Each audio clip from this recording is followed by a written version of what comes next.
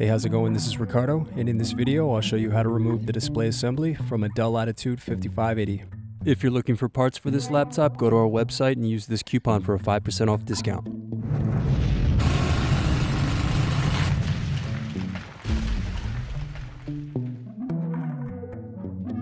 Unscrew and remove access door.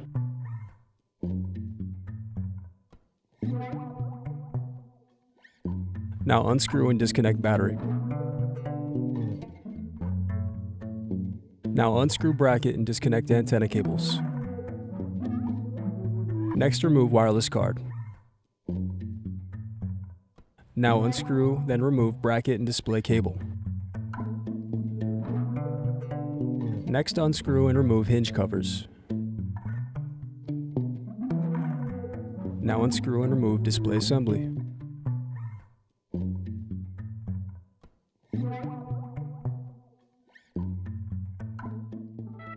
Thanks for watching. Don't forget to like and subscribe if you enjoyed this video. And if you need more, check out this playlist to watch other tutorials for your laptop. You can also click here to find parts for your laptop at partspeople.com.